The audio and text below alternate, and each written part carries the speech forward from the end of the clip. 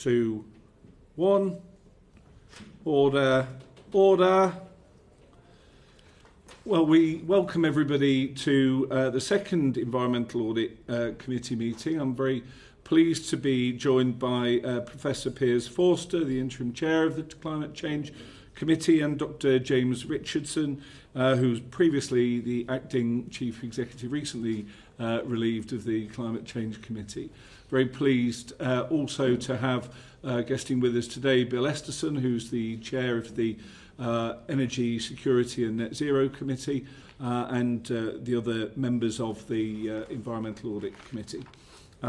If I could make a start, firstly to Professor Forster, just invite you to introduce yourselves, and we will get on to into the session. Yes, so excellent to be here today. So I'm the interim chair of the committee, and of course, as you know, it's our job to both advise Parliament and government on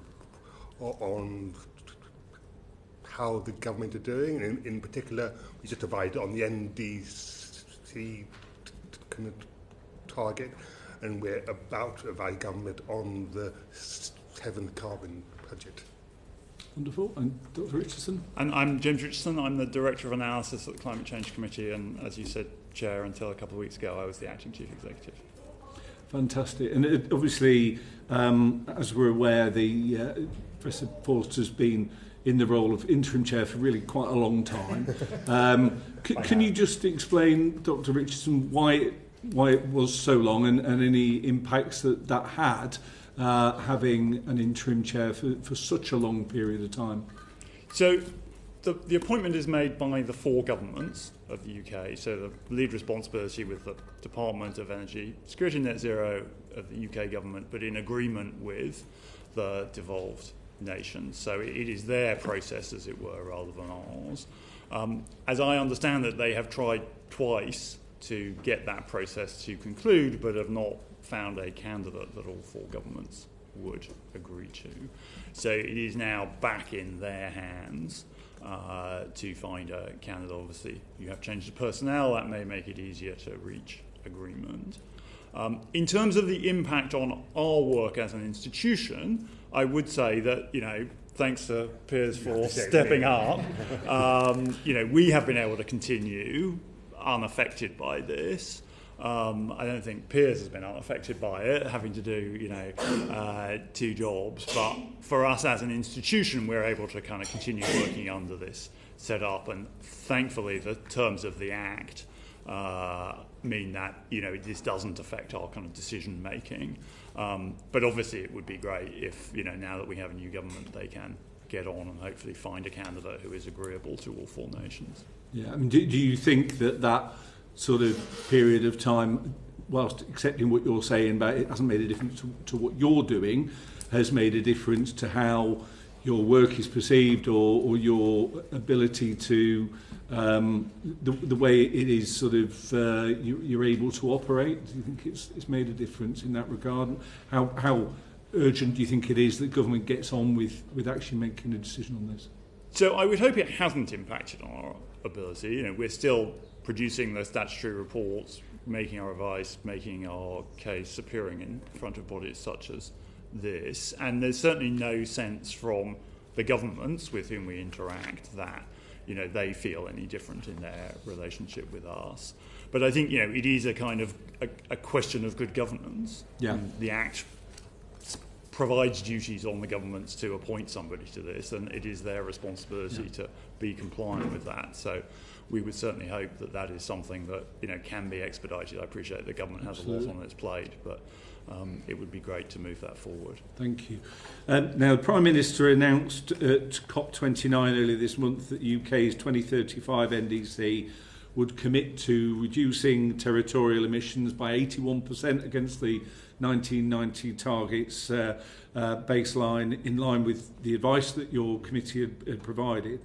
To what extent do you believe that, how far do you think this goes towards re-establishing the UK as a climate leader internationally, Professor Forster? Yes, well, kind of when we took our advice into consideration, the first thing we did was to look at what is the right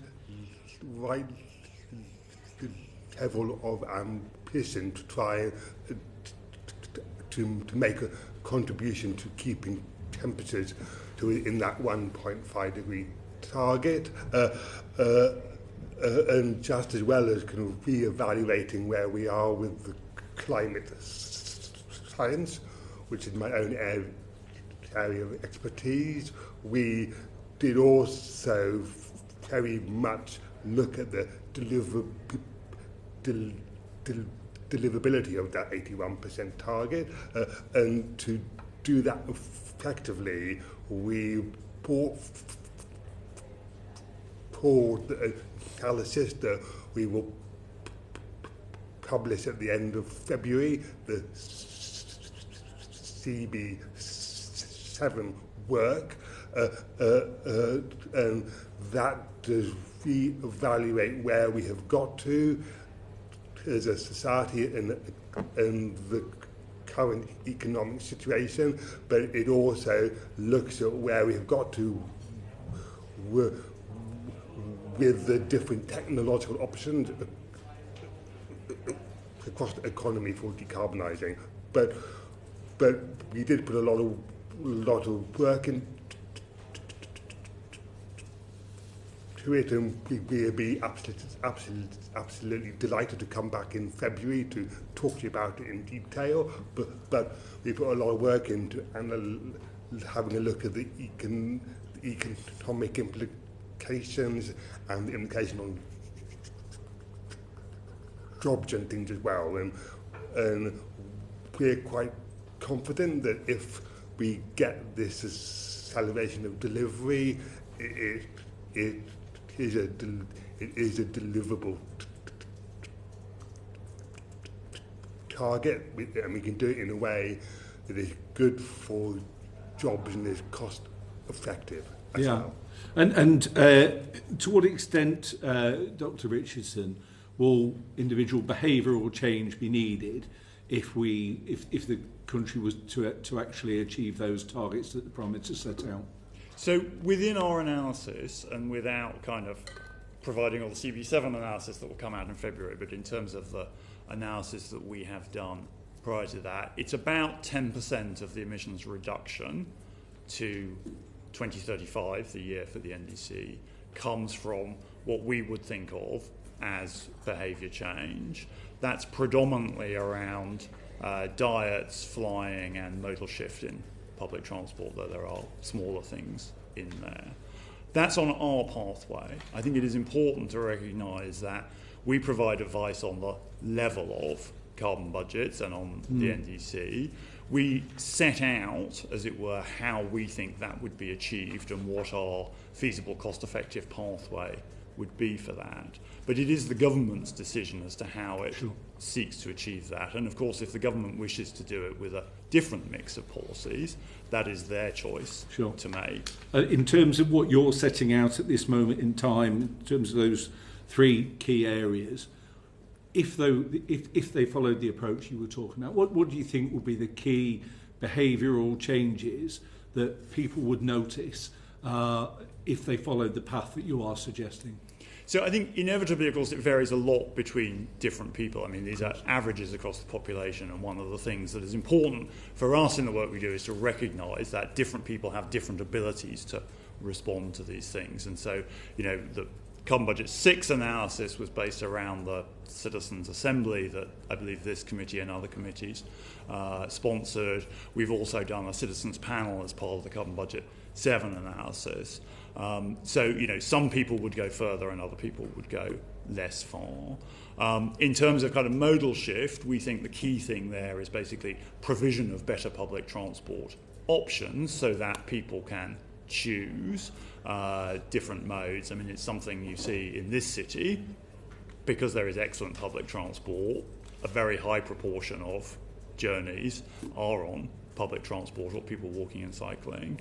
But you see much less of that in a lot of other parts of the country, where if you compared the public transport option in, say, Leeds to a similarly sized city in Europe, there would be quite a big difference in provision. So you can make quite a big change by things like that.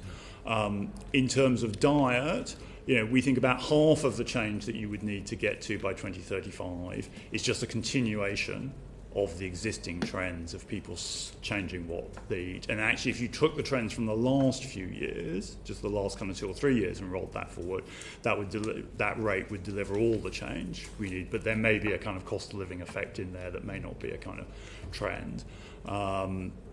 In terms of flights, it's really about the rate of growth. So it's not about saying to people, you must stop flying, but it is about saying the rate of growth of flights that we think would happen if you didn't take any action here is not consistent with our pathway. So we would see a lower rate of growth. And again, that's something that when we talk to citizens, that people seem very willing to accept that, yes, there must be kind of some degree of constraint here.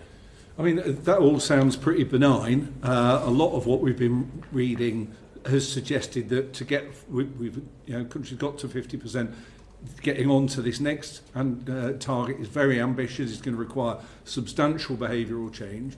I would say in terms of the difference between public transport here and in constituencies like mine in Derbyshire, it's not just that there's greater public transport provision, it's also so bloody impossible to drive around London that you're kind of forced onto cars. You can drive around Chesterfield much more easily. And so, to what extent, Professor Forster, are people going to, particularly in terms of the local transport, going to be expected to make substantial changes to their life? Or do you think, like Dr. Richardson, that it sort of isn't so much to expect from people for us to be able to get there? Yeah, well,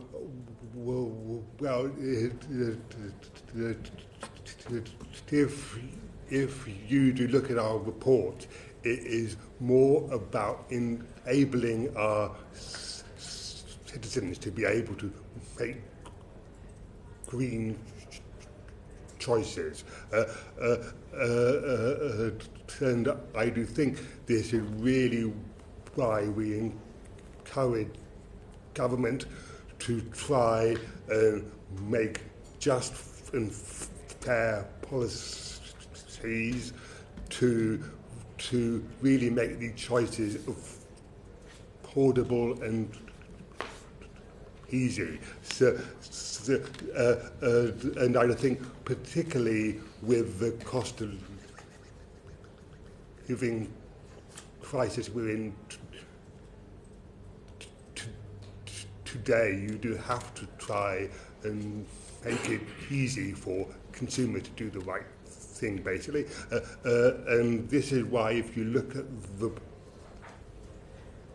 progress report we published in June, in fact, our very top recommendation in that report was to reduce the price of electricity,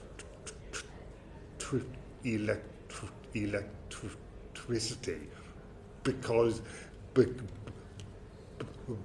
if you can reduce the cost of electricity, you will make it more compelling for people to go out and buy an electric car, for people to install an air source heat pump rather than a gas boiler,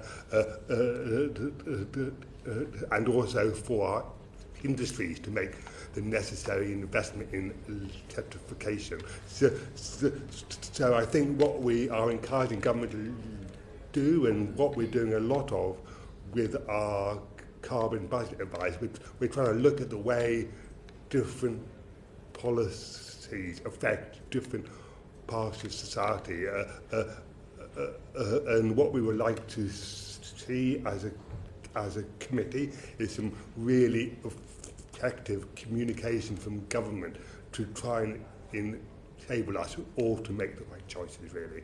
So I think it's not really about trying to tell people what they must do and what they can't do. It's about trying to really make the alternatives as easy as possible. Thank you. John Whitby. Thank you. Good afternoon to both of you.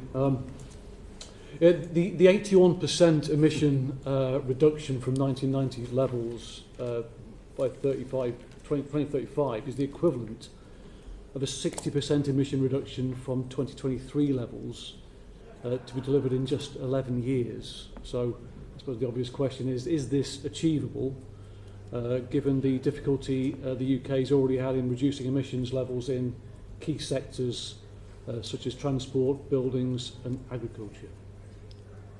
Do you want me to have a go at that? I think the process of emissions reduction, I think it is important to understand, is not a kind of straight line. What happens is we are basically, not all of it, but predominantly what we are doing is replacing kind of embedded fossil fuel technologies, which are actually not terribly efficient, but we're all kind of used to, with fundamentally more efficient, predominantly electric technologies. But when those technologies are new, they're very expensive. So, you know, if you roll back 10 years and look at the price of an electric car, or, you know, if you roll back 20 years and look at the price of a solar panel, these things were extremely expensive. That's true of nearly all technologies when they arrive. A mobile phone cost £9,000 in the 1980s, right? The process then is one where by deploying those, you get learning by doing benefits, and the prices come down. And at some point, you reach a point where it is cost effective, regardless of kind of government incentives and so on, to deploy those technologies. We are now at that point with renewable electricity. We're basically within touching distance of that point on electric vehicles. We're further away on some of these other technologies. Once you hit that point, take up with any technology typically rises very sharply. It's termed an S-curve. So you shouldn't expect to see these things happen in a kind of linear way. As long as we can hit those inflection points in the S-curve that get you onto the steep bit, you should be able to do a lot. Now, I certainly don't want to underestimate the challenge here, right? I mean, getting to that point, bringing all these technologies through, industry changing their way that they provide heat and so on. There's a lot to be done. But I think, you know, we do see these pathways as realistic. We do a lot of effort to kind of model what we've seen in previous transitions, what countries that are further ahead than us have achieved in terms of change, you know, rates of change of take-up and so on.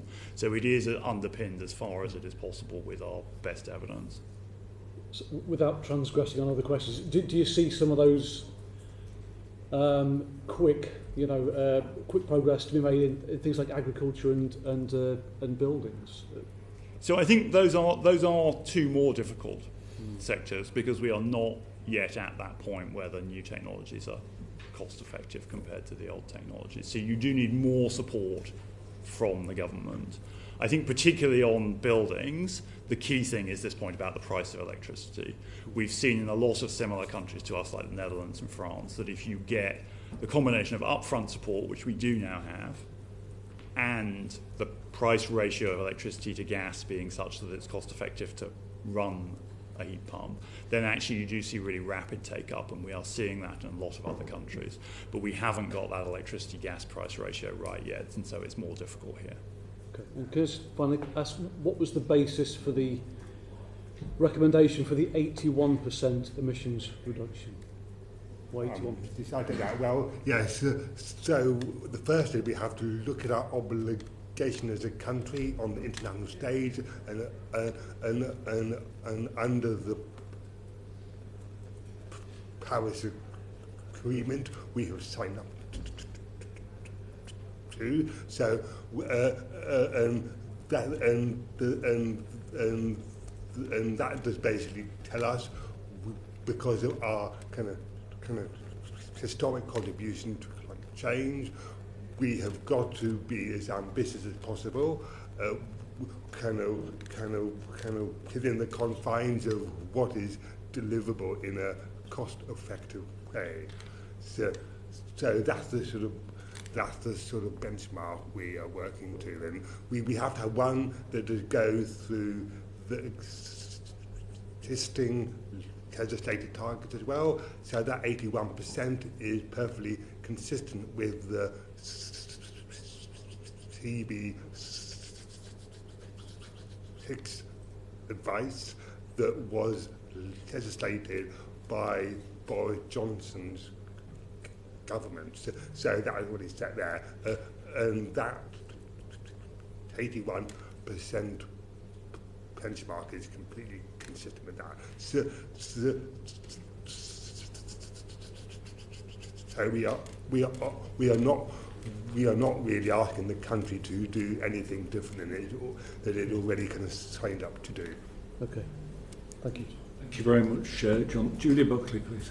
Thank you. So we were anticipating that early next year your committee will be providing that advice to the government on the level that you'll set the 7th carbon budget, so that overall limit for UK emissions from 38 to 42. Now, you've already mentioned this morning that you expect it at the end of February 25, is that correct? Yes. Yeah, and you kindly offered that you would be willing to come back. So we'd just like you to confirm that you will come back to this committee and present the main findings of that advice. We'd be delighted. Yeah, we'd be really happy to do that. Okay, Plus, we also think it's a really important thing to do as well, because we do need that parliamentary scrutiny of our advice. And it is ultimately you who set the budget. Well, that I'm afraid that brings me on to my next question, which is what would be the benefit to Parliament and the public if ministers publish that draft delivery plan for the carbon budget before asking both houses to set that overall limit in law? So it's just about that sequencing, isn't it? Perhaps I can take that one. Yes, I do think that would be a really good idea to do that, but just because then you would be setting the carbon budget on your own kind of pathway, kind of rather than the committee kind of pathway. So I think that is a good idea, personally. And yourself, sir? No, I mean, I totally agree. I think, the more information in the sense that is available to you at the point when you're making that vote, clearly the better. And, we provide advice, but ultimately the government has to decide its pathway. As you say, it would have to be a draft, because if Parliament voted a different level of the number than the one that they had based their draft on, they would need to come back and revisit. But I think knowing that this is how they would propose to deliver it will give Parliament full information at the point when you have to take that vote.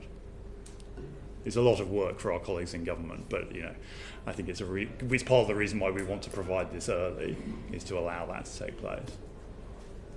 Okay, thank you. Thank you, Julia. Ellie Jones. Thanks. It's good to meet both of you. Thank you for being here. So you publish lots of very useful reports. Thank you for your July 2024 report to Parliament on progress on emissions reductions. I'd just like to start by kind of inviting you to sort of summarise really how the picture has changed since your June 23 report, so perhaps over the last kind of 12 to 15 months. How has the picture changed in terms of where we are with greenhouse gas emissions, and in particular which of the sectors not on track are causing you most concern?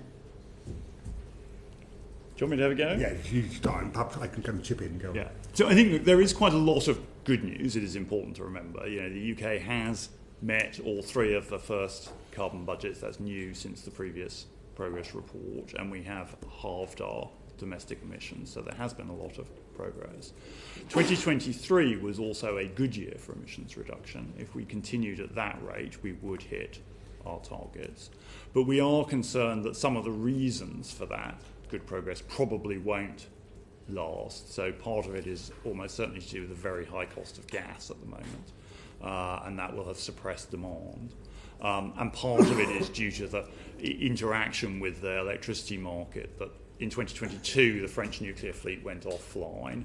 We produced electricity by burning gas in the UK and sending electricity to France. In 2023 the fleet came back on, and so you kind of got 2 years of electricity progress in 2023 instead of seeing it split across the 2 years. So we are worried that that underlying rate of progress is not strong enough, particularly outside of the electricity supply sector. Electricity has really been the kind of hero sector of this, as renewables have pushed off particularly coal, but also some gas. But of course we've now closed the last coal-powered power station. I always get the wrong way around. So although there is still progress to be done on electricity, and it does provide about a quarter of the reduction in our pathway to 2030, we do now need to see a real acceleration of that progress. And I would say particularly buildings and surface transport, industry and agriculture, particularly around things like tree planting, which have a very long lag. So it takes a long time for a tree to put on weight, if you like. So if you don't start soon, you don't get the benefits downstream. So there is a need to really accelerate across a wide range of sectors. Thank you. I mean, we'll follow up, I think, with some of those specific sectors. I'd like to dig in particularly to the surface transport sector. I mean, there's any number of telling graphs, but one of them is on page 22 of your report, which shows that surface transport is, the biggest sector. It's the most problematic sector. It's been the stickiest sector. The reduction in emissions from that sector has been, I think, less than 2/3 of what was predicted 15 years ago. So, and this is in the news today. So why has the reduction in that sector been less than was predicted, planned for, hoped? And what can be done to alter this trend? So I think it's a combination of different things. I think one of the effects that we didn't expect is that the size of cars has got larger.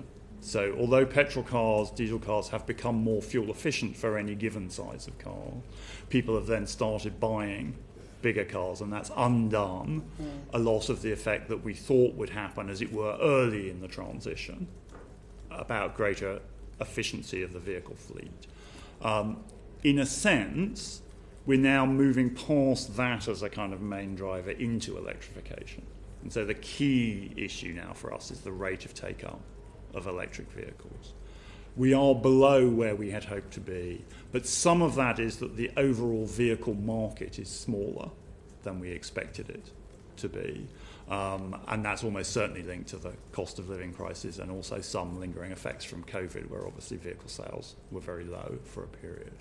Now, that's very difficult for the vehicle industry, and we're seeing challenges there. They're finding that the overall market that they're selling into is suppressed because of these effects. Hopefully, though, that market will return. That is what we've seen in the past when car van markets have been suppressed by economic circumstances, is that they do typically come back. And then when it comes back, it'll be coming back in a market where actually electric vehicles are more developed, where there are more models on sale, where those prices are lower. We do expect to see price parity within those new vehicle markets within the next few years, based on the falls in battery price that we are seeing. We're already now beginning to see price parity in the second-hand market, which of course is where most people buy their cars. So there is scope for a kind of rapid takeoff there. But undoubtedly the last year has been difficult. It's been difficult for manufacturers. And we have seen a kind of pause in the take-up. That does seem to have accelerated back again in the last 2 or 3 months. So it does feel like there's coming back, but we definitely saw from about last October and through until kind of July that sales were basically pretty flat. And it's difficult to know exactly what's going on with that. Some of it will be cost of living. You can easily put off a purchase. Some of it will probably be that people can see that, well, if I wait a year or two, there'll be new models coming in and they'll be even cheaper. And so ironically, as it were, a falling price can sometimes lead you to delay a decision. It's also possible that there is an effect from the reversals we saw under the previous government on the timing of the phase out for petrol and diesel vehicles. I can't point to any direct evidence that kind of shows that, but the timing certainly is a kind of coincidence around that of when sales slowed down. We do think that should come back as prices fall. The electric vehicle is inherently a much better car. It's much cheaper to run, it's just cheaper to maintain, it's quieter, it's easier to drive, you don't have to go to the petrol station to fill it up. Obviously there are issues around charge points in some parts of the country, so it's not, we're not 100% of the way there yet, but it is inherently a much better piece of technology. And as the upfront price falls, you would expect to see people taking them up. I should also say we've recently seen a campaign by the SMMT to try and bust some of the myths out there. And I think that's a really great initiative from the industry to try and get over some of the misinformation that there is around electric vehicles. So really welcome that from the industry. Thank you. Could I ask you about two specific kind of policy levers? I mean, in the news today, we have, some parts of the industry are putting pressure on government in relation to the zero-emission vehicle mandate, which your report is very clear about being a very important policy lever. So would you care to make any comment on that particular policy? And the second one is around charging infrastructure, which you referred to there. Again, your report says that, we're on track for rollout, but it's got to treble over the next few years. One of the hesitations that the general population have about shifting to EVs is around the infrastructure. So are you seeing signals in the right direction from government on that? What more is needed to ensure that the charging infrastructure is there to support the development of the market? So I think these are both really important issues in the rollout of electric vehicles. In terms of the ZEV mandate, I mean, we do support this. It's introduced by the previous government about a year ago. I think the key thing about it, actually, is that it's a smart piece of industrial policy. We know from previous transitions between technologies that incumbent firms can get left behind. We all remember kind of Blockbuster Video or Kodak, right? When these new technologies come in, it can be easy for incumbents to think they have more time to change than they do. And the zero-emission vehicle mandate is actually a way of saying to industry as much as anything, look, actually, you have less time than you think. And I think it is important to say, when we talk to the industry, that they are very supportive of this transition. I think what they're asking for is kind of a bit more flexibility around some of the timing, because perhaps the transition is taking place just slightly more slowly than we had hoped. As I say, we've had this kind of lull. But actually, they do look like, for the car market, they are actually on track for this year, the kind of 18%, which using the flexibility. Vans are much more challenging, which I think does take you on to charging infrastructure. Though I would be remiss if I didn't also reflag up the point about making electricity cheaper. I mean, that pulls the demand, because the industry are rightly talking about the demand, and that's a key factor. But I think particularly for vans, access to charging infrastructure, grid connections, these are things, they're very much on the government's plate. But we really do need to see progress on that, unblocking that grid queue, so that people who want to put in a substation in order to be able to put a van fleet on to charge overnight or whatever it might be, that those people can act quickly, because we hear a lot of stories from people who are trying to do the right thing, firms that are trying to move to electric transport, and if it's a van fleet or a lorry fleet, they just can't access the grid, so there is a blocker there. I think on the household and cars side, actually we are seeing the rates of increase on those charges that we need to triple it. You have to kind of assume it's a compound process, but we do think it will be. So if it increases by a third each year and multiplies through, you should see that, and that's what we would expect. But there are particular issues. So just to give an example, where I live, there are charge points in all the lampposts. It's very important for people who don't have off-street to be able to access low-cost overnight charging rather than just rapid charging. But where I live is not where everybody lives, and lots of parts of the country don't have the same level of infrastructure available. So there are things there, and that can be a role for local governments who often own those accesses. There's power in the lamppost already.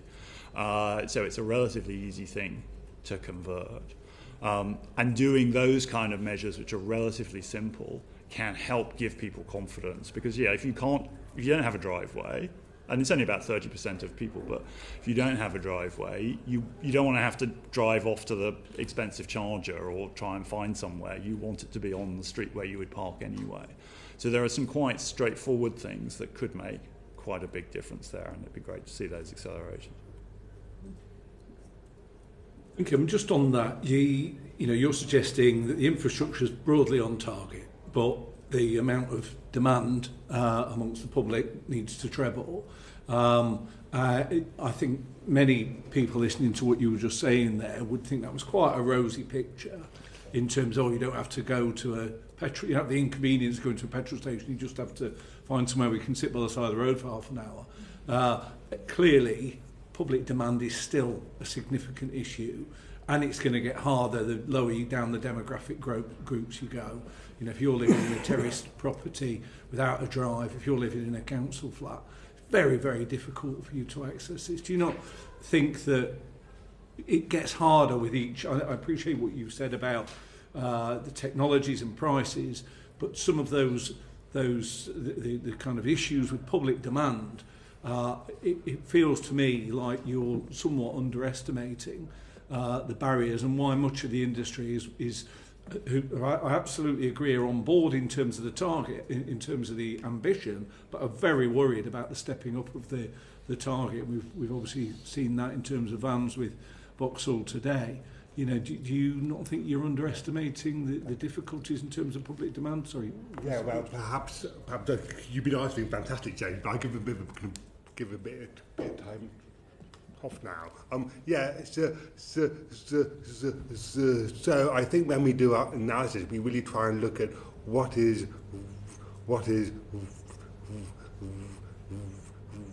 realistic delivery rates with where we are currently, where industry currently, what government policies are in place currently, and what are the public attitude currently. And we try and look within that what sort of government policy will be necessary to do that acceleration we all want to try and achieve. And real couple of things I think we need to have a look at with this. The really first is about these long-term consistent policies that are really well communicated. They have to be both communicated by the industry and communicated by the government as well. So you have to really keep that consistent messaging out there. That in the long term, your electric car will not be as expensive for you as the petrol and diesel one you're using currently. So that's the first thing. And the other thing I think is to really try and work as much as possible with industry to become advocates for the change we're undertaking. So that is why we think as a committee that the steady V mandate is really that effective policy to be able to see the changes. But I think you're right there, Ellie, that the one we're concerned about are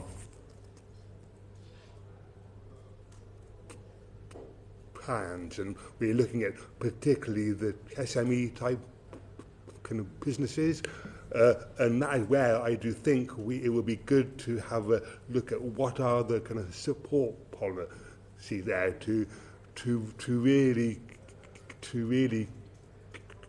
give the SMEs the confidence to get out and get an electric van. Thank you. Chris Hinchliffe. Thank you, Chair. And good afternoon, gentlemen. To think in general terms about where we're off track and on track for delivery, we've heard just now about where we're off track is in part because of some of the assumptions in our thinking not being borne out in the long term, you know, around the weight of cars, for example, and some of the efficiencies and how that then plays out. So just quickly to start with, how vulnerable are we to our underlying assumptions being off in reaching our long-term targets? So I think part of the structure of the Climate Change Act is these 5-year carbon budgets, and that does mean that, you know, if one assumption goes one way, another assumption goes another way, or if you get kind of noise in the system, is, you know, like the French nuclear example I gave you, then over a 5-year period, that should balance out within the carbon budget. So the system is designed to be able to kind of deal with some of that uncertainty. But we also think it is important for the government to have a kind of set of contingencies against its own plan to say, well, look, this is what we think will happen. Here are the policies we're going to put in place to make that. But actually, this is what we will do if we find ourselves off track, because that clearly could happen. Okay, thank you. And so within your 2024 report, you set out 10 priority actions, which cover a number of areas. Would delivery of those actions be sufficient to set us on track to achieve the 6th carbon budget? And just to follow that up with a few other quick questions, we've obviously not got much of 2024 left at this point in time. Are there gaps in the delivery of those 10 priority actions? If so, which are the most serious gaps? And what are the implications of those gaps remaining? Shall I have a go? Yeah, I'll go first. So I think the first thing I say is that the 10 recommendations are the things that we saw as most important, but that's not the sum of everything that needs to be done to get back on track. It's the things that we saw that the government could most urgently do. We will have more to say on the rest of it, as it were, when we publish the 7th carbon budget. In terms of what hasn't been done from that list, I mean, we keep banging on about it, but this point about making electricity cheaper is the top recommendation for a reason, and we haven't yet heard anything from the government on that. So I would focus on that. But there are other things around, more help for industrial electrification. Now, I think, to be fair, we had an announcement only a few days ago on one of the things in that list around the planning rules around heat pumps. So, there is progress. We are expecting the government's response to our progress report before Christmas, and that should set out and hopefully will trigger more actions on those recommendations. But in a sense, that's to them. I would say we are seeing quite a bit of progress, but we do still need quite a lot more.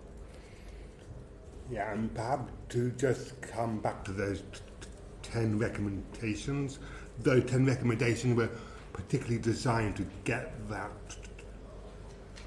2030 target, to try and get that CB6 target, that 2035 timeline. There are some additional things we need to see there. We begin to need to see the scaling up of the electricity kind of supply there to cope with the extra demand. And the other thing we need to do, we need to begin to see the rollout of carbon dioxide removal technology as well. So there are some additional things to get to that path. Okay, thank you. Thank you, Chris. Barry Gardner.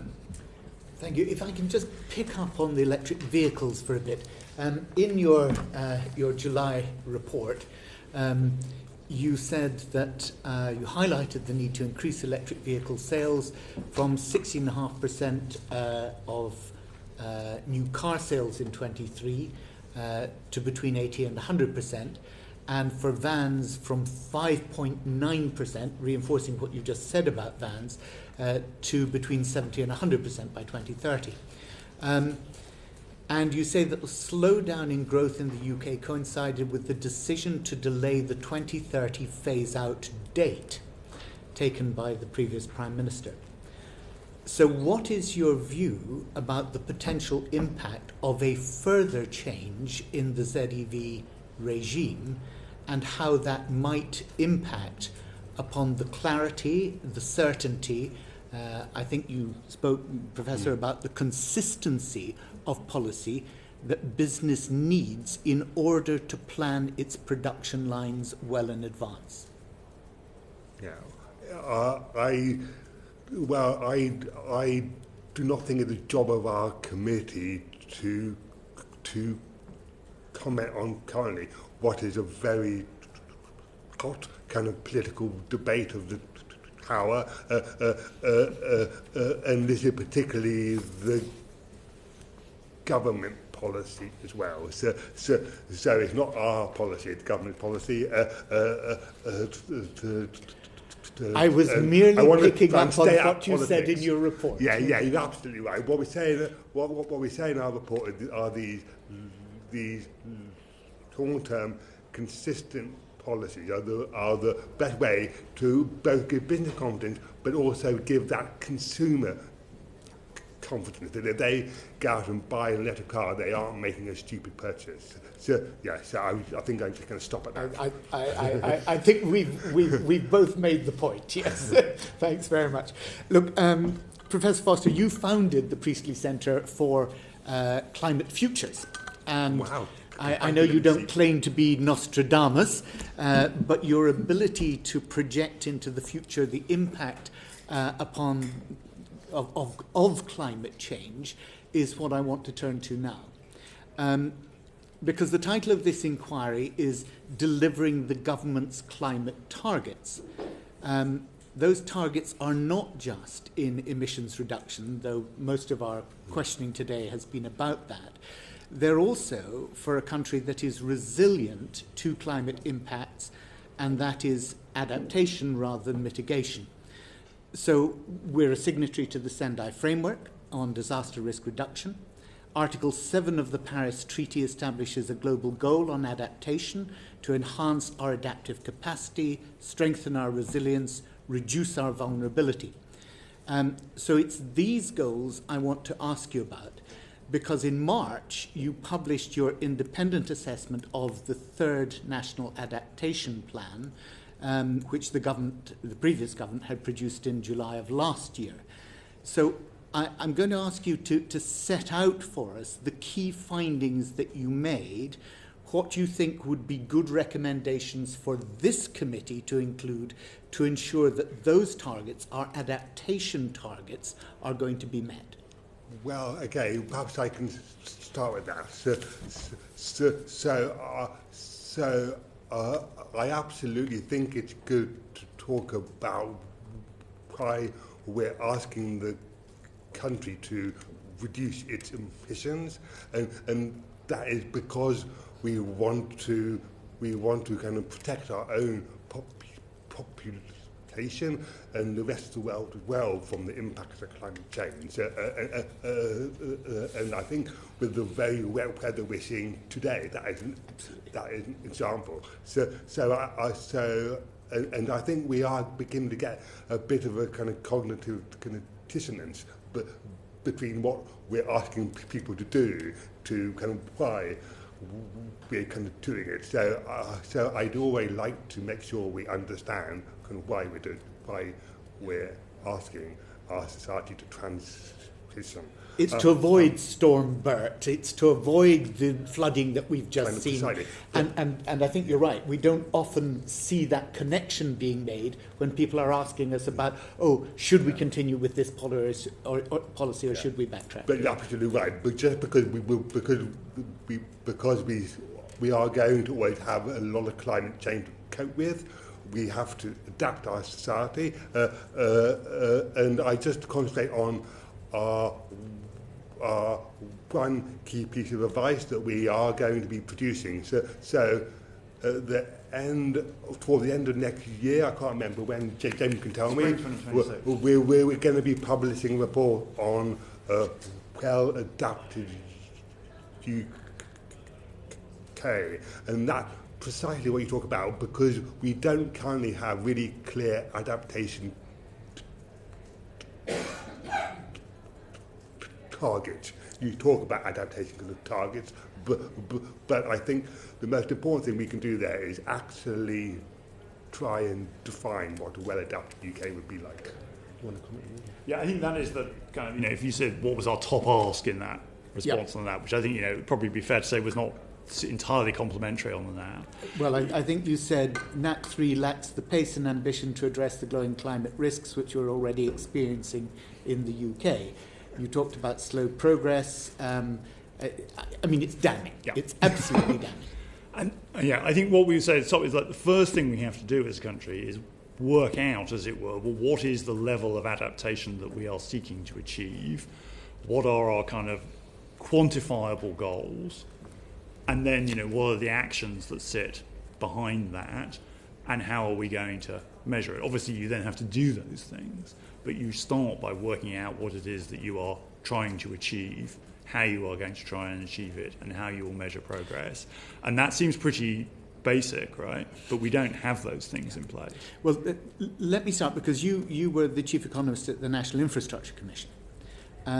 So can you explain to the committee what's required to meet the resilience standards for our national infrastructure? Which parts of our critical infrastructure, our power supplies, our hospitals and so on, are actually currently at risk given the projections that you see for the future, and IPCC says that we're on course between 2.7 and 3.1, let's face it. So we need to be thinking about what resilience actually means for our critical infrastructure beyond 2050, and how our failure to adapt properly can impact on our mitigation efforts. So, I mean, a lot of that, of course, is the work that we are doing for this well-adapted UK report, so we will have much more to say on that when that comes out. But I think it is clear that you're seeing very differential levels of adaptation action.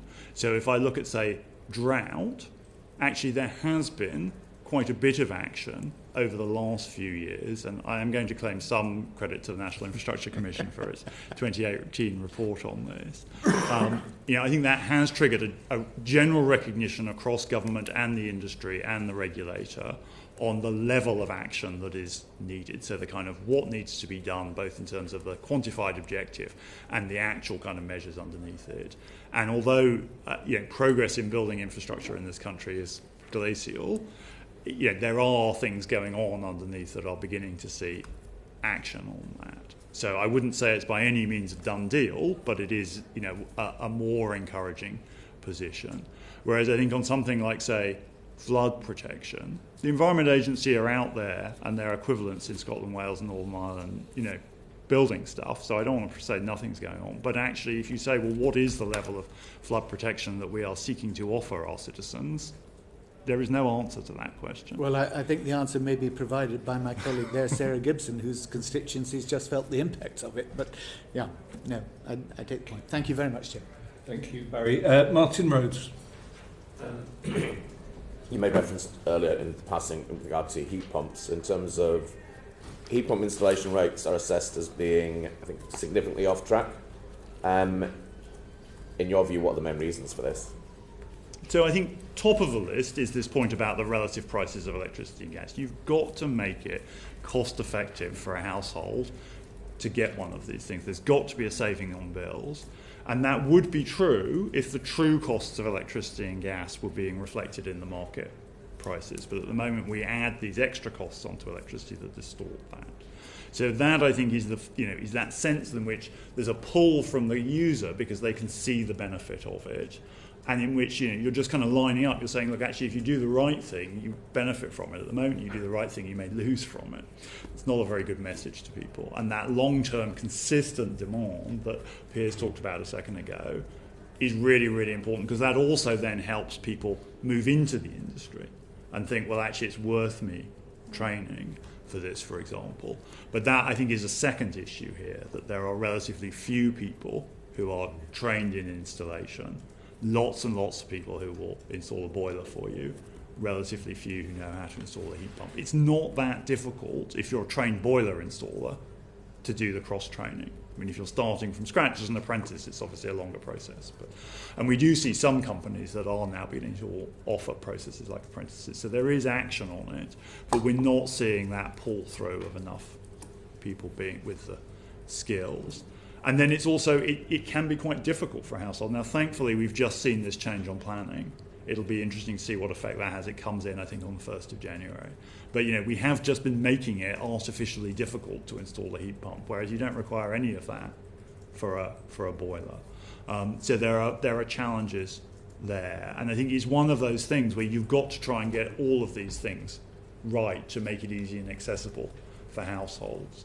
I would also point to the social rented sector and privately rented sectors, where you've got a mismatch between the person who's paying the bills and the person who's installing the heating system.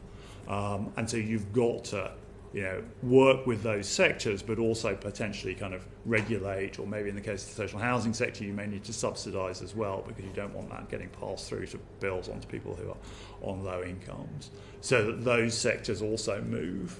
At something like the boiler upgrade scheme, it works for a householder because they get the saving on the bill if you get the prices right. But of course, the landlord bears the cost of the heating system and the tenant bears the cost of the bill. So you have to kind of line those things up as well. You mentioned the issue around the availability of heat pump installers, and you also mentioned in terms of conversion training and also the possibility of apprenticeships. Should the principal focus be encouraging young people and apprenticeships and new people coming in into this career path, or is it about retraining existing engineers? I think it's probably both. You have a large stock of people who install boilers for a living and who can quite straightforwardly, as it were, cross-train. But many of those people are, I think I'm allowed to say this now, they're relatively older than my age. And they're probably not thinking that in the 2040s and 2050s they'll be installing heat pumps. So you also want to bring people in who are the workforce of tomorrow. And of course, this is potentially quite an attractive job. It doesn't require a university degree. We're very good as a country at university degrees. We're less good for people for whom that's not the natural route. It's not going to be replaced by AI. It's not going to be outsourced to a foreign country. And you get up every morning, you're doing something for society. I think that's quite an appealing prospect. Obviously, you need to make sure that there are good wages and conditions in those jobs. But I think it could be quite an attractive thing for young people, and it's everywhere. It's not just in London. And in terms of heat pumps, what can we learn in the UK from elsewhere in the world in terms of where there maybe have been greater progress? Yeah, I mean, in a sense, the one advantage of being where we are on this is that we can learn more because almost every other country that we would look to is further down the road.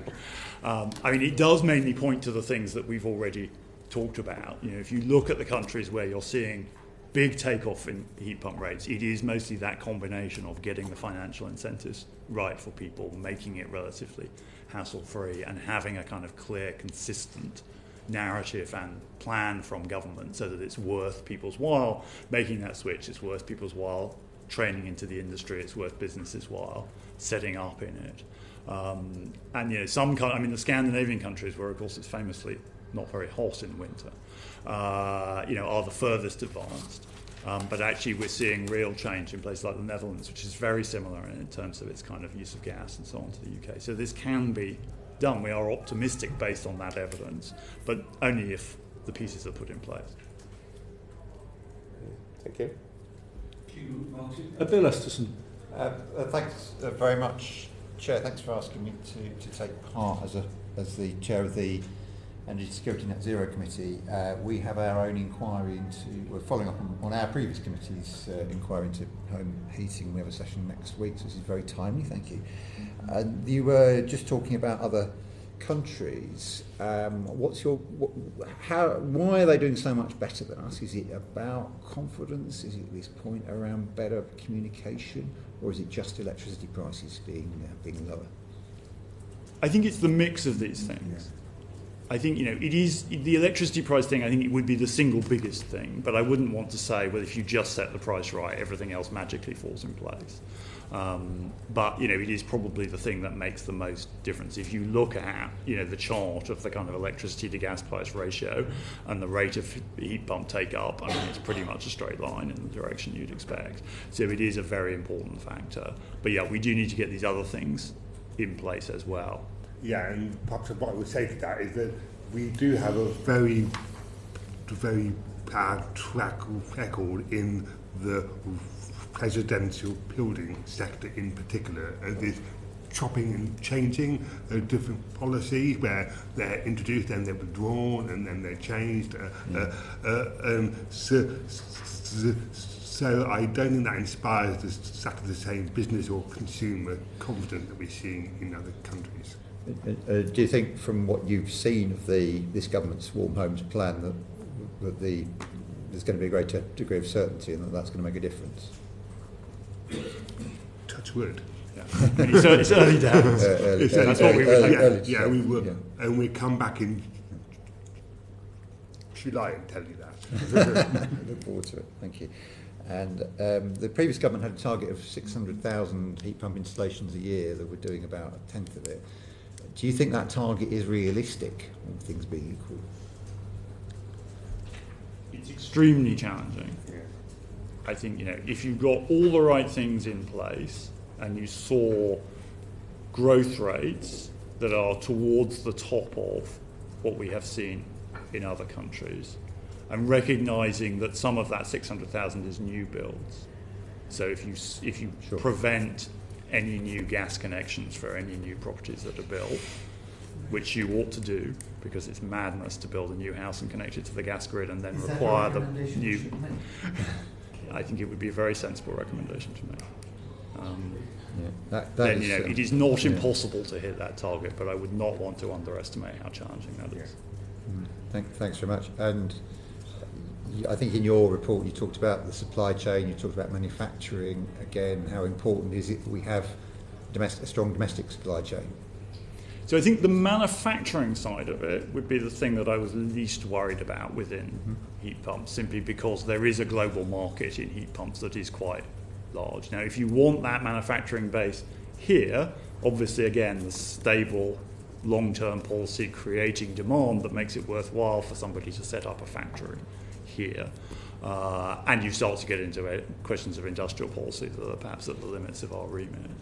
But can you source the number of heat pumps for houses that you need?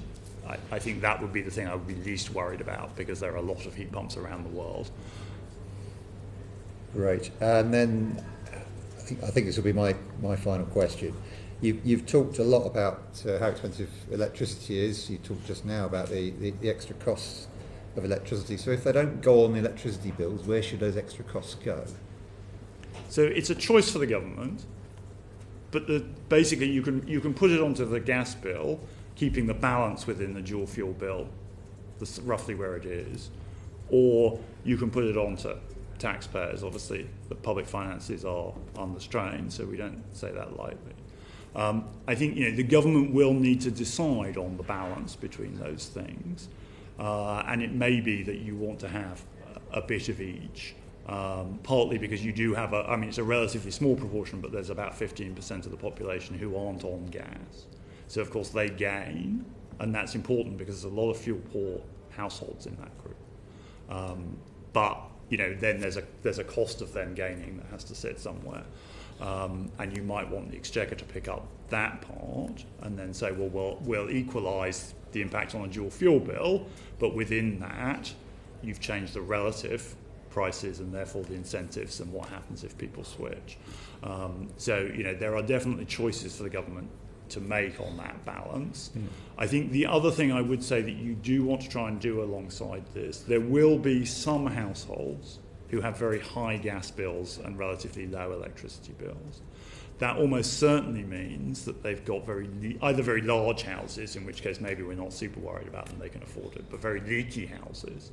So you probably do want more effort on the insulation of those properties, because that's the best way of sorting out that part of the issue, rather than saying, well, we won't do it, is to say, well, look, we just need to stop those houses wasting so much. So the importance of the fabric first approach.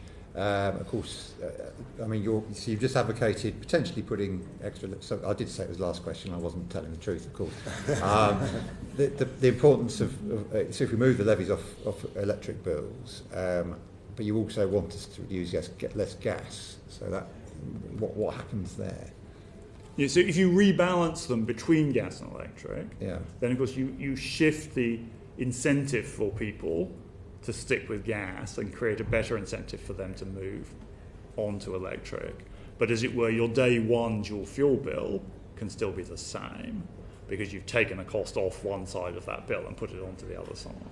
And that's the kind of balance that is there now. So that balance does require some Exchequer funding to make it work. I wouldn't want to pretend it doesn't. But ultimately, as we're using less gas, and we want the same amount of levy collected from gas, that's going to be very expensive gas bills. Fortunately, the levies themselves will naturally reduce over time. Quite a substantial element of them is from the early costs when renewables were very expensive a long time ago. Those are on fixed 15-year, mostly contracts, so they will roll off. So that problem does thankfully solve itself. It sorts itself out.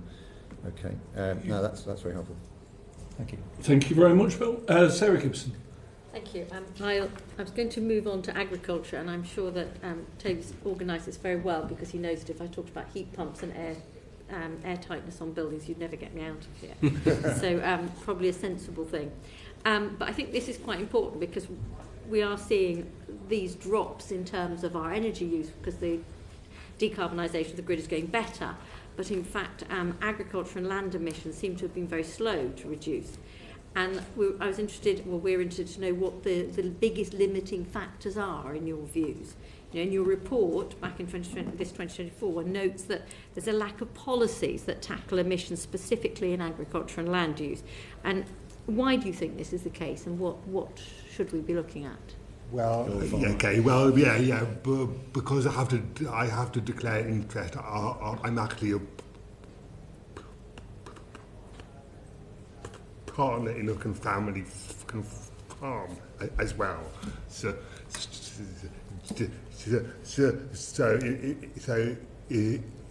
in terms of what I really think the sector needs, probably first of all is a proper land use strategy to come from the government. This is something they have consulted on, but we have yet to see it produced. So I think producing that ought to really set of clarity over the overall direction of what sort of things you do in what part of the country and what sort of interventions you want to do. And the other sort of certainty is with the sort of government grant that will replace the Common Agricultural Policy, the so-called home grant coming out of TEFRA, and that has taken a very long time to come out, and the size of that grant and exactly what the kind of voluntary take-up within that grant to deliver the sort of on-farm changes we want to see occur. That is all a bit confused currently, and we do need to see really good, clear guidance coming out of TEFRA about the sort of on-farm changes that can be introduced to try and decarbonise. And there's a lot of emphasis on all sorts of different things within those kind of subsidies, but the actual quantified thing that could actually reduce the carbon emissions of agriculture are more uncertain, and it's quite uncertain where the direct support for those policies to come from. So are there any specific policies that you think that ministers should be adopting in the short term that would make a significant difference? Just in terms of what we have discussed at the Climate Change Committee,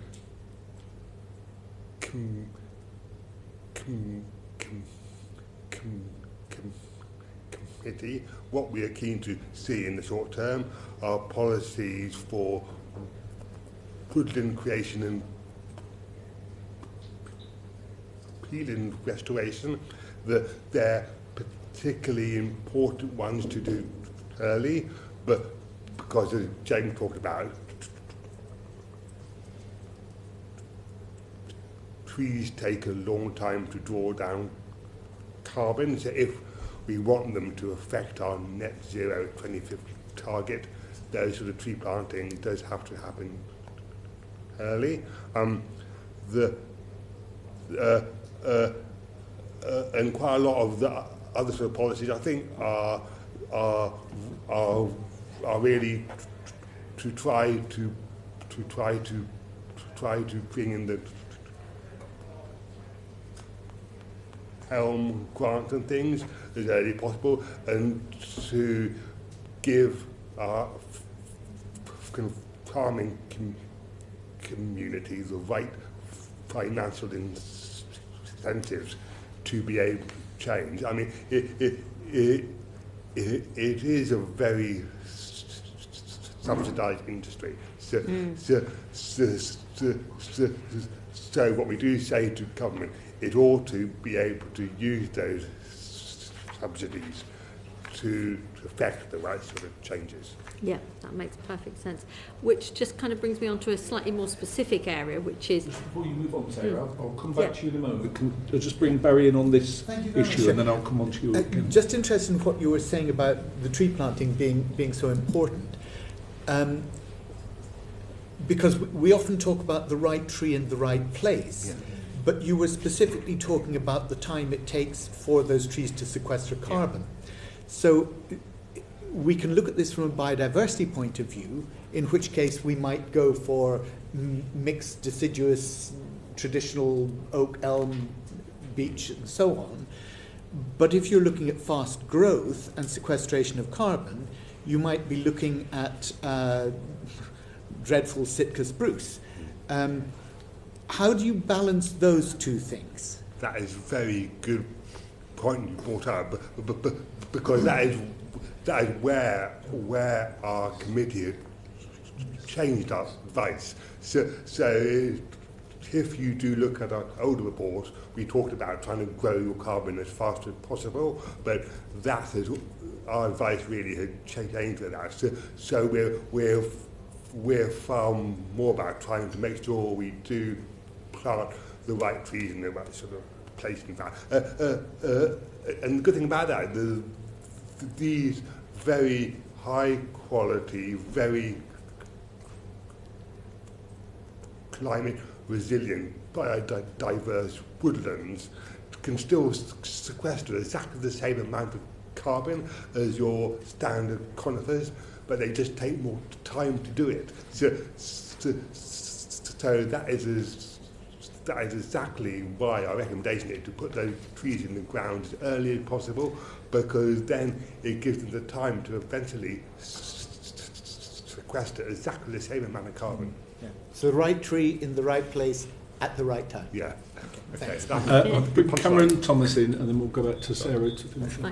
Just following on from Barry's point there, the climate in the UK is changing and it's getting warmer, and many of the trees, flora that we're used to in this country will now struggle to adapt to the climate as it warms. There is, of course, a concern around invasive species, but what sort of balance do you think the government should find in looking into flora that are actually not native to the UK and how we might introduce those along the same lines?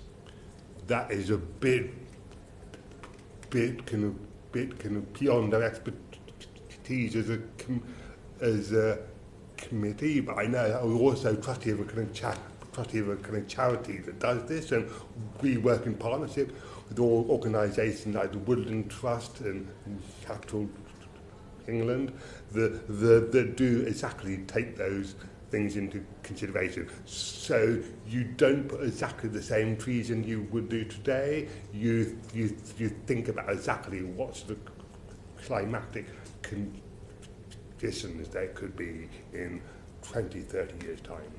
Thank you. Thank you. Sorry, back to you, Sarah. Yes, sorry, this is slightly more specific and comes up from your report, which is to do with methane emissions, where the reduction rates in agriculture from your committee's recommendations for the balanced pathway need to almost increase by 8-fold. And can this be achieved, do you think, with the sort of current agricultural practices? Would methane suppression feed products alone have had that sort of potential to achieve the reductions on agricultural methane, and if not, sort of what other things should we be considering? Well, we will give you our complete advice when we publish our report at the end of February. And just to say, we do think that we can be more optimistic about some of those on-farm changes. That is, if you do have a look at the evidence today, things like feed supplements and good animal husbandry and good genetics can in fact make a significant difference, but we're also quite clear in our advice that we aren't going to get the necessary methane reduction without a reduction in numbers of livestock as well. The reduction in livestock do two things. They do reduce the kind of methane emissions directly, but on top of that, they do to take some pasture land out of production, and with that pasture you can put in your woodland and try and support other biodiversity and fishing and things. Very much. Chris Hinchliffe. Thanks. So an important part of the evidence this afternoon has been around heat decarbonisation, and we've just had the autumn budget and seen some announcements in that relating to that point. So looking at the figures announced in the budget, would you say that the upfront support for incentivising heat decarbonisation and also the necessary parallel improvements in home insulation is about right? So I think really we need to look to the spending review on this, because these are about long-term programmes. You know, the budget was very much around, a lot about tax, clearly. The spending side of the budget was kind of, here is 1 year to tide you over whilst we do a full spending review. And as somebody who's put together budgets and spending reviews in my past life, I understand why they've done it that way. But for what we are talking about, these are really kind of long-term programs, so really we need to see what the kind of longer term settlements are before I think we're able to say whether that's the right order of magnitude. I should say, as for the first time, I think, as part of our 7th carbon budget, we will be setting out the broad kind of range of where we think, depending on the choices that government wishes to make, the public spending implications of our pathway would be, because it's obviously a very contemporary topic at the moment. Now, there's a lot of choice for government within that, and we're not seeking to make those for them, but we're trying to kind of illustrate a little bit more than we've done in the past how you might do this in different ways within the public finances. So we'll have a bit more to say in the spring. And given the importance that you've given this afternoon to electricity prices, again, you might give me the same answer here, but would the committee recommend any further fiscal measures for the government to consider in addressing the gas-electricity price ratio? So I think it is in some senses a fiscal question. Your answer to that might be, actually, we're going to rebalance it all between electricity and gas, and there's no kind of taxpayer contribution, or it might be that there is an element of taxpayer contribution within that, but it's a question that has to be addressed within a kind of fiscal context. It wasn't in the budget. We are waiting, as I said, for the response to our progress report, so hopefully the government will set out both its views on that, and, as it were, if it is something that they seek to address through a spending review or some other process, that we would get clarity on when that would be. But I suppose I would certainly expect the Treasury to be around the table when that decision making is made. Okay, thank you. Thank you very much. Cameron Thomas. Thanks, Chair. What level of acceleration of peatland restoration and tree planting do you think is necessary to meet emissions targets on the Climate Change Committee's balanced pathway? I don't know if I remember all the exact numbers, but things need to dramatically accelerate. We recommend, for example, between 30,000 to 50,000 hectares of woodland does need to be put in annually, and I think we're somewhere, I can't remember exactly, about 13,000. Yeah, 13,000, somewhere about between 10 and 15,000, and we also need to see, I didn't know the peak numbers. So we're about 12,700 hectares at the moment, and we need about 32,000. Yeah. So it's roughly slightly more than doubling in both cases. triple or double. Thank you. Two parts to the next question, if you wouldn't mind. The government announced £400 million of funding for tree planting and peatland restoration in the budget. So firstly, to what extent do you think that is or is not adequate? And how should that spending be best apportioned to accelerate those activities to the levels required to contribute to emissions reduction? So I fear I may be about to give you the answer I just gave your colleague, in the sense that this is a long-term programme, so really what we need are those long-term settlements. It's great that they've put money in, but it's a short-term thing because that's how they're doing spending. Actually, what we need is that long, because the trees take a long time to grow, because we need to manage these run rates over long periods of time. Similarly on peatland, these are not things that you can just do overnight. You need a programmatic approach. So that's what we would hope to see, is a longer term, clearer plan from the government. And inevitably that's a matter for the spending review. I don't think we were ever going to get that in the budget. Thank you. Thank you very much. Olivia Blake. Just a quick one on peatlands. Do you think there's a need for a look again at the ban on burning that was brought in under the last government to protect peatlands from further degradation, because it only covers areas of deep peat at the moment? I think we'll be looking at peatland again quite carefully when we publish our CB7 advice. I do think we thought it was a bit easier to restore than it is, and it takes more time and a bit more thought to do, especially on coal and peat. So I am afraid I do not have a particular answer to you, but we're going to have a brand new comprehensive look at peat when we publish in February. Okay, thank you. My next question is again about the funding settlements that were announced by the Chancellor for 2025-26 to enable individual departments responsible for tackling climate change to deliver and sustain emission reductions at the pace required. Do you think that they are adequate or going in the right direction? The part of James, yeah, because he's an economist.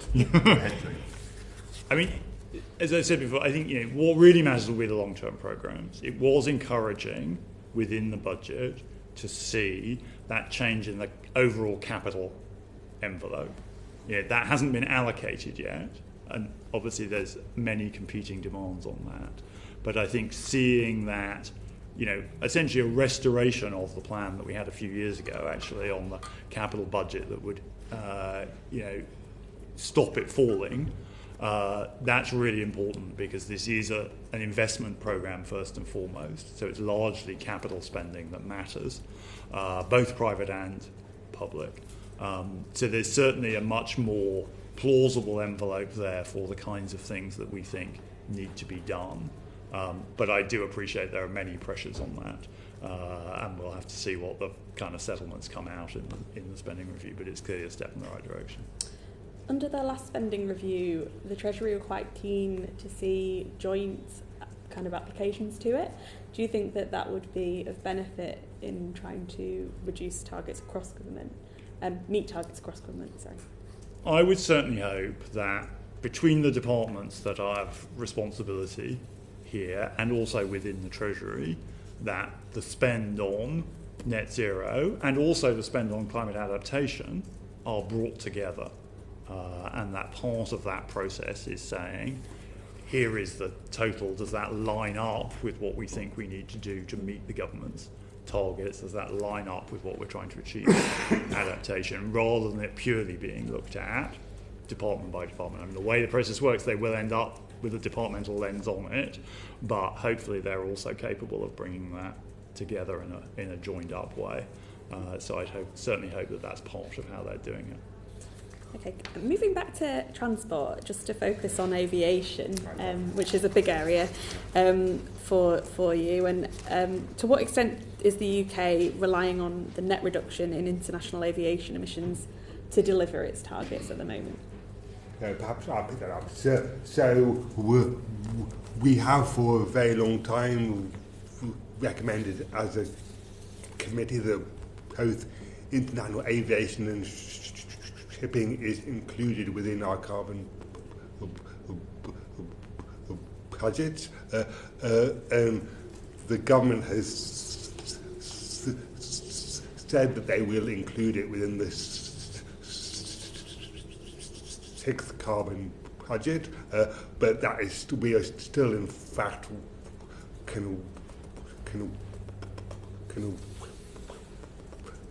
waiting for that to be expressly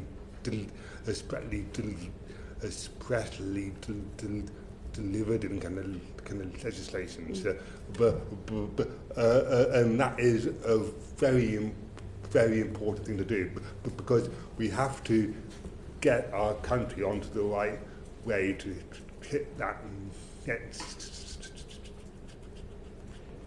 zero 2050 target, and it's too unfair to try and get those carbon budgets without a contribution that comes from our aviation industry. And what I think is very important as well is that we are really one of the most progressive countries trying to have a look at our aviation industry. And if you talk to the people in the industry, they actually want to try and work to this net zero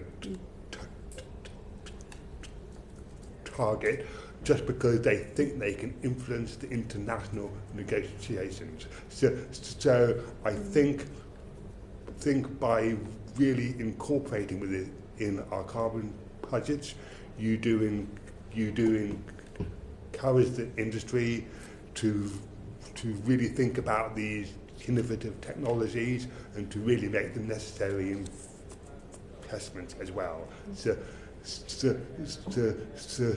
I think it is something that is good for the industry, and it is absolutely the right thing to do. So it's encouraging to hear that the government are considering bringing in aviation and shipping emissions into carbon budget 6. If that wasn't to happen, what would the consequences be if aviation and shipping were to remain outside the 6 carbon budget envelope?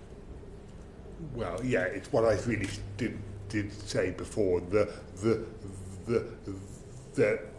I think then that would mean that other areas of the economy would have to find the next 13 million tonnes of decarbonisation or something like that. So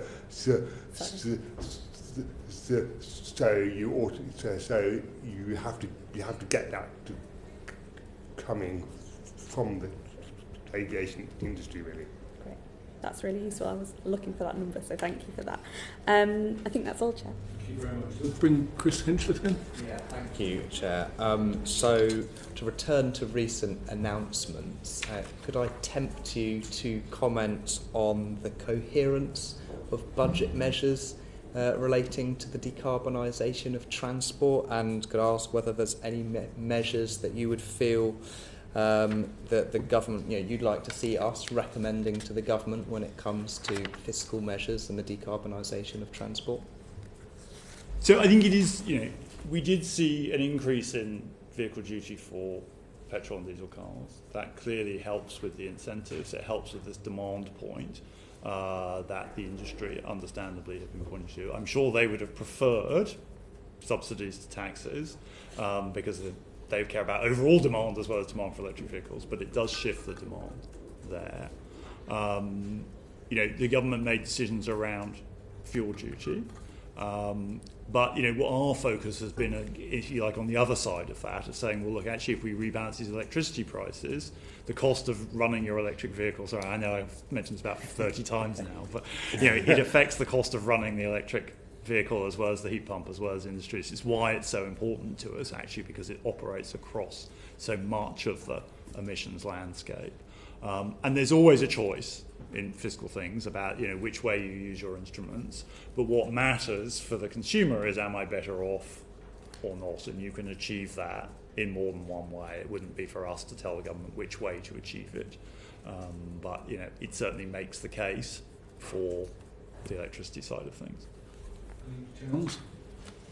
Thanks. I've got a couple of questions. The first one, I suppose, following on a bit from the comment about inclusion of aviation and shipping, it's just recognising that the UK's made relatively good progress in reducing territorial emissions, but much less good progress in reducing consumption-based emissions. Should we be thinking about the implications of that for how we're setting carbon budgets and how we're measuring our progress?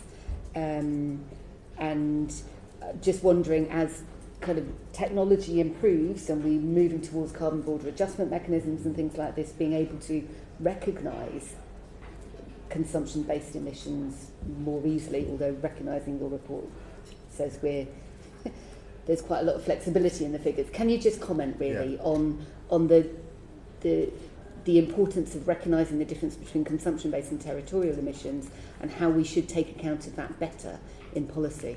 Yeah, so perhaps I'll talk about that to begin with. So in fact, trying to set targets for consumption emissions isn't within the remit of our committee directly. If you do go back to the Climate Change Act, it's explicitly about territorial, but that doesn't mean that we don't care about consumption emissions. So it is something that we report on, and in fact there are people in my own university that do produce those consumption emissions for the government, and we report on them, and when we publish our net carbon budget advice, we in fact go into quite a lot of detail about where they come from, and but important part of the consumption of emissions, because these are the ones that we import from other countries, and if you have a look at where they come from, the bulk of them come from EU countries, which is our biggest import market, and quite a lot of them come from food. So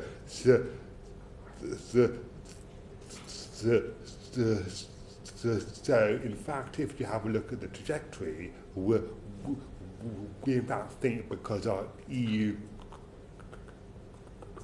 colleagues are also working to this net zero target, and they have quite a similar decarbonisation pathway that we have for our country, that in fact over time we can be a bit more confident that they should rapidly decline, but that is something we're very much keeping tabs on, though. Okay. Yeah, if I can just follow up on that, because actually you in your report you talk about consumption emissions. You actually say it's at figure 1.7. It's not. It's at figure 1.9. Not mine. That's the correction that needs to be made on page 82. But the key thing here is you say the latest consumption emissions data saw a large uptick, in part due to increased non-EU imports. Unilateral measures such as the CBAM, that's the Carbon Border Adjustment Mechanism, will be most effective if paired with assistance and financing to help trade partners decarbonise, along with other multilateral partnerships. This would bring climate benefits beyond what's possible. And I think it's really important that you emphasise this here, but it's something that the government has not, I think, sufficiently emphasised. And I wondered whether you thought that this should be a recommendation of this committee, because, as you point out, there are wider benefits in terms of hypothecating the revenues from CBAM to our international aid programme, so that other countries can actually leapfrog their technologies, producing less emissions.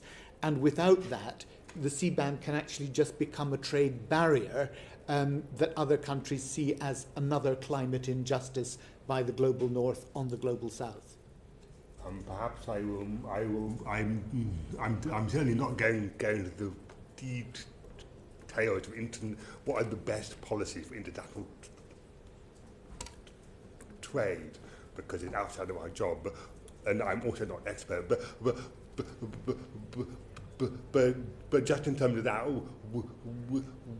we think things like carbon border adjustment do have a certain role, but they're not necessarily the most efficient way to really drive emission reductions and especially try and kind of support other countries to decarbonise. There are other approaches to consider, and these are things like very high quality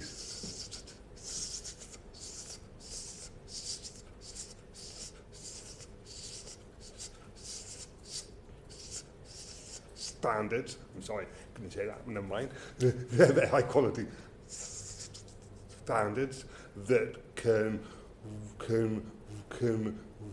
really kind of support international countries to come together to really reduce their emissions over time, and those sort of approaches will probably ultimately be more efficient than something like a carbon border adjustment mechanism. But there are particular examples where you might want to employ it, and something like agriculture, because if you're going to ask our own farming community to change, the last thing you want to do with that is try and import not very good quality, very high carbon products. Thank you. What you said, economist. Yeah, I mean, I think you've probably covered most of it. If I think about, say, a country like South Africa, you've got a kind of high carbon legacy electricity infrastructure in that country. You know, we can help, partly because we have big financial markets, these are big financial investments, it's a lot of expertise, that country to decarbonise its whole economy. And of course then the CBAM doesn't then impact them, and you've done good things for the climate, and it's good for the economy of a country that we have close links with. So there is a kind of real win here. Of course, there's a lot of complexity within that. I mean, I don't want to say, well, it's all magic, it's simple, but you know, there is a real opportunity here if you can make that work. Over the course of your session, we've reflected, broadly positive sense of direction, some areas that we want to see faster progress on, talking about on that current trajectory, some of the challenges that might exist in terms of continuing as we go forward. Obviously, when the policies of the government changes, that may change some of those things. And one of the things this committee is very interested in is the changes to the planning framework and the house building targets, which not only see substantial increases in the amount of house building, but also move away from it being largely sort of London city-based and anticipating more house building in areas that maybe haven't seen that level of house building growth in the past, and maybe less dense. Obviously, it will depend what decisions get made in terms of transport, in terms of how much of in terms of energy supplies to those houses and others. But I just wondered if you had any assessment on the basis of where the government is going on those targets, house building targets, and the planning framework, as to whether that's likely to, in the future, change in any significant way our progress on the current trajectory. I think I would say the main thing, we talked about this earlier, is to ensure that those properties are not connected to the gas grid. Yeah. Because that's the biggest source of emissions within the home, and also of air pollution within the home.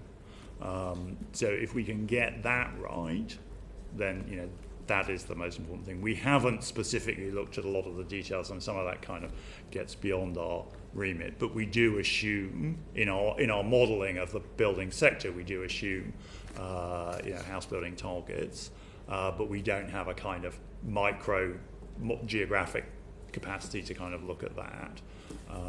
But yeah, I think it is predominantly around that, the gas grid. I think the other thing obviously would then be, particularly if you have more dispersed communities around electric vehicle charging, because they are probably going to be a predominantly car-driven transport mode if places are more sparsely populated. That's, from an emissions perspective, an electric car powered by a wind turbine or another zero carbon source is emissions neutral. But you've got to get that charging infrastructure in there so that people who are buying those homes can feel comfortable to get an electric car to go with it. And perhaps the other thing I'll very quickly add to that is that they do have to be properly insulated, of course, very high standard, and they have to be well adapted to whatever the future climate we might expect. They have to be built in the right part of the country where they won't go under water, and they have to be resilient to heat waves. Yeah. Final question, Sarah Gibson. Just going back to the housing issue, is that talking about building more in rural communities, and you're saying, well, so long as they've got electric cars, it's fine for them all to travel on their own in an electric car. I find that incredibly worrying, because is the committee really looking at full lifetime carbon footprints of these things? Because yes, the emissions, if it's fully renewable, of your electric vehicle are lower, or at the moment, and with an aspiration to being zero, but the carbon footprint of manufacturing all those electric cars, where they could be in more urban areas or better connected by public transport or walking or cycling, which is not the case if we're building in those rural communities and you're expecting everyone to drive. Surely, as a whole carbon reduction programme, if we're looking globally, the manufacture of those huge numbers of electric vehicles required, it cannot be the right answer. So it's a really important point you raise, but my sense on this is that, of course, the manufacturing emissions depend on whether I have the car, not how far I drive the car. So in order to avoid people having cars, you would have to be building those properties much more in the densest of places where people might not have a car at all. So yes, if you put all of that building into, inner London, you might stop people buying a car. But actually, if you're building it in a town or in a rural area or even in a suburb of London, you're probably not changing the number of cars by very much. You may be changing, what you're changing is the distance travelled, and it's the distance travelled that's affected by that drivetrain and the turbine that's driving it rather than the gas power station. So that's why I'm doing the maths that way around. Okay, I was going to say that if you come and spend some time in a rural community outside of the M25, the biggest difference in terms of connected cities and connected small towns is the second car. If you don't provide good public transport and good access to towns, then what happens is people buy a second vehicle. And I think that's perhaps the bit you're missing, is that no, they don't actually have to all therefore live in inner London. There is an option, but you will provoke people into buying a second car if we're not careful. Perhaps I will chip in on kind of what we do as a committee.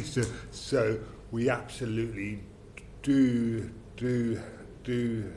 have a look at options for transport within the rural communities that are low carbon, and we have a look at them quite carefully. In fact, one of our professors again does the work for our committee. It's not necessarily good. Greg Marston at the University of Leeds has done some really good work for us. In fact, just trying to understand exactly both the challenges and the opportunities that come from the kind of rural community work, and that does really feed into the analysis that we are going to be kind of providing. Professor Forster, Dr. Richardson, thank you very much for your evidence. Thank you for all the time you've spent with us and for appearing in front of the committee. Thank you also to the committee. Order.